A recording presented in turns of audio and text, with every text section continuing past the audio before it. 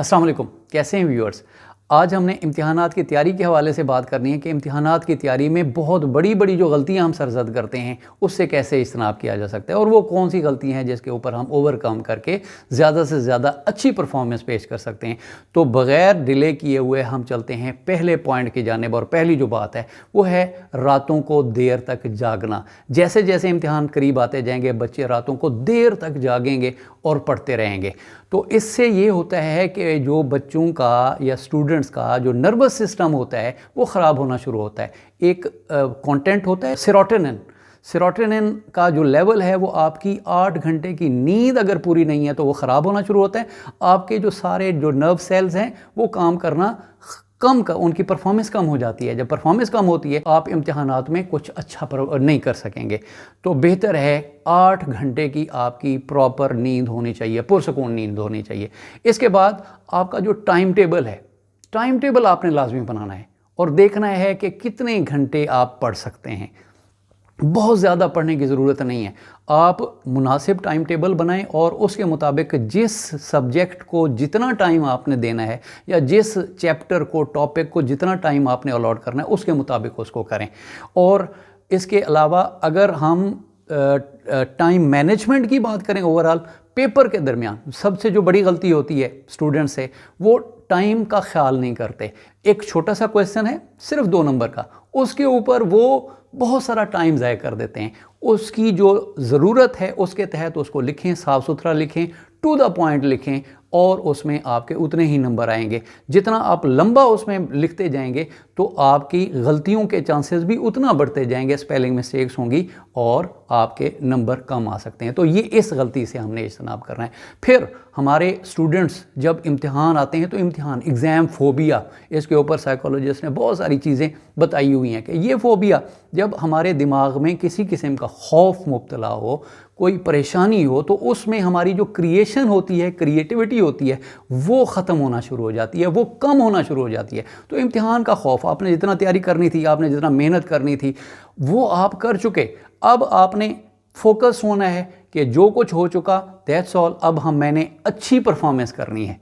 तो अच्छी परफॉर्मेंस के लिए आपने कोशिश करनी है और आपने इम्तिहानात का खौफ जो है वो अपने दिमाग से निकाल देना है। उसके बाद है आपने स्मार्ट स्टडी, एक वीडियो भी मेरी इसके ऊपर है, स्मार्ट स्टडी कैसे की जा सकती है। तो स्मार्ट स्टडी है, लेबरस जॉब नहीं करनी है हमने कि बहुत ज़्यादा आप पढ़े जा रहे हैं और फिर होता क्या है जो आसान चीज़ें हैं जिसके ऊपर ज़्यादा आदमी को जो है ना वो बड़ा लुत्फ़ आ रहा होता है उसको रिपीटेडली पढ़े जा रहे हैं। भाई आपके जो वीक एरियाज़ हैं उनको आप थोड़ा ज़्यादा टाइम दें।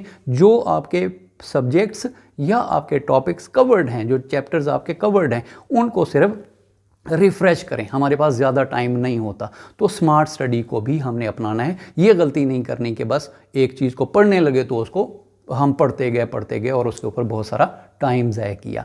उसके बाद जनाब पेपर स्कीम, पेपर पैटर्न ये मौजूद हैं। ये आप टीचर से गाइड ले सकते हैं कि किस चैप्टर की कितना वेटेज है, उसमें से शॉर्ट क्वेश्चन, MCQs और लॉन्ग क्वेश्चन कितने बनने, तो उसके मुताबिक अपनी तैयारी करें। उसमें शॉर्ट क्वेश्चन का उस चैप्टर में से जो बनना है तो शॉर्ट क्वेश्चन के मुताबिक उसको तैयार करें।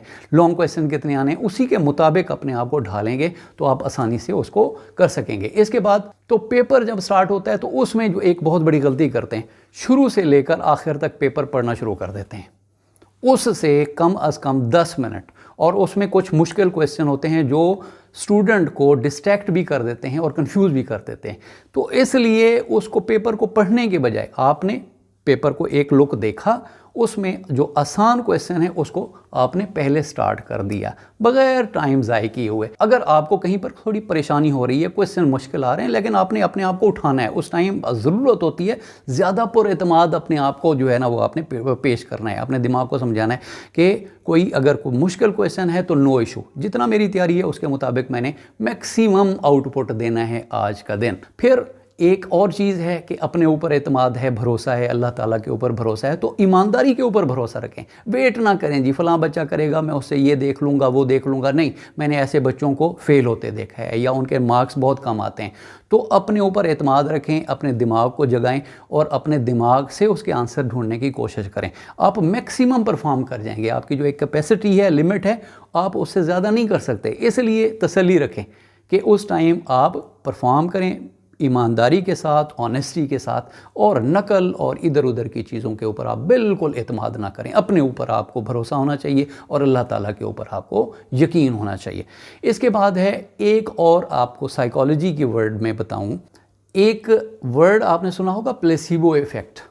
साइकोलॉजिस्ट कहते हैं कि अगर कोई आप एक अच्छा काम शुरू करते हैं, आपकी इब्तदा एक अच्छे काम से हो जाती है तो वो कैरी करता है, वो आपका सारा दिन बड़ा अच्छा करता है। इसी तरह से पेपर के दौरान अगर आप क्वेश्चन ऐसा वहाँ पर शुरू करते हैं जो आपको अच्छा लगता है, जो आपको पूरा आता है, जिसके ऊपर आप अच्छी परफॉर्मेंस, उसको आप पहले कर लें और उसी सीक्वेंस में जो आपको आसान है वो पहले करते जाएं। इससे आपका एतमाद भी बनता जाएगा, आपका माइंड भी जो है ना वो ज़रा पावर पकड़ना शुरू हो, आपकी एनर्जीज़ बनना शुरू हो जाएंगी और आप आगे बढ़ते जाएंगे और पेपर बेहतर होना शुरू, आपका एतमाद डाउन नहीं होगा। यही जो प्लेसिबो इफ़ेक्ट है ये पेपर चेकर के ऊपर भी अच्छा इम्पैक्ट डालता है कि वो आपका क्वेश्चन देख के 2-3 क्वेश्चन देखने के बाद आपका एक इमेज बना के बैठा होता है, उसके बाद उसने बड़ी तेज़ी के साथ आगे चेकिंग करनी है और वो आपको बेहतर नंबर देता जाएगा। तो इसलिए गैर ज़रूरी गप्पे मारने से और उसमें जो है वो दूसरी चीज़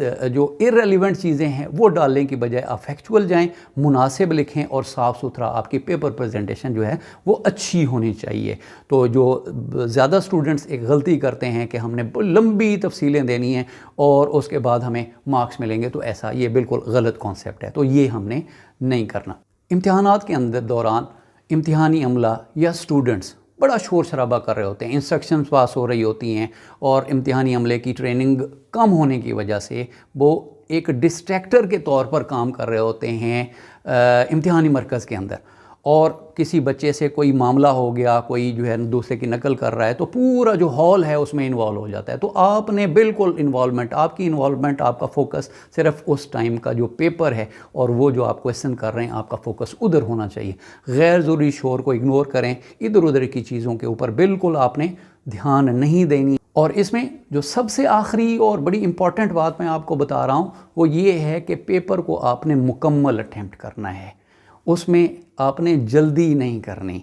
फिर जब आपने मुकम्मल अटैम्प्ट उसको कर लिया, टाइम मैनेजमेंट का शुरू में मैंने आपको बताया था कि उसका ख्याल रखना है ताकि आपके पास थोड़ा टाइम बचे और आप जो आपकी मिस्टेक्स हैं उसको आप दूर कर सकें। प्रूफ रीडिंग नहीं करते बहुत सारे बच्चे, ये एक बहुत बड़ी मिस्टेक करते हैं।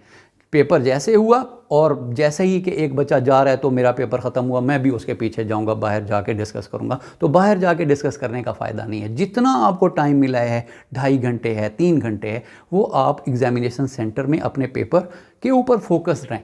उसको एक मरतबा आपको टाइम मिलता है, प्रूफ रीड करें, 2 मरतबा आपको टाइम मिलता है, उसको प्रूफ रीड करें, 3 मरतबा मिलता है तो उसकी प्रूफ रीडिंग आप बार बार करें। आप देखें कि इसी तरह से पहली मरतबा 2 नंबर हैं, 3 नंबर, 4 नंबर, ऐसे ही आप 3-4 जो नंबर हैं वो आप अपने इन्हांस कर लेंगे। वीडियो देखने का बहुत शुक्रिया। अगर आप मेरे चैनल पे नए हैं तो प्लीज़ इसको सब्सक्राइब करें और मेरी वीडियो को ज़्यादा से ज़्यादा शेयर करें। Thank you.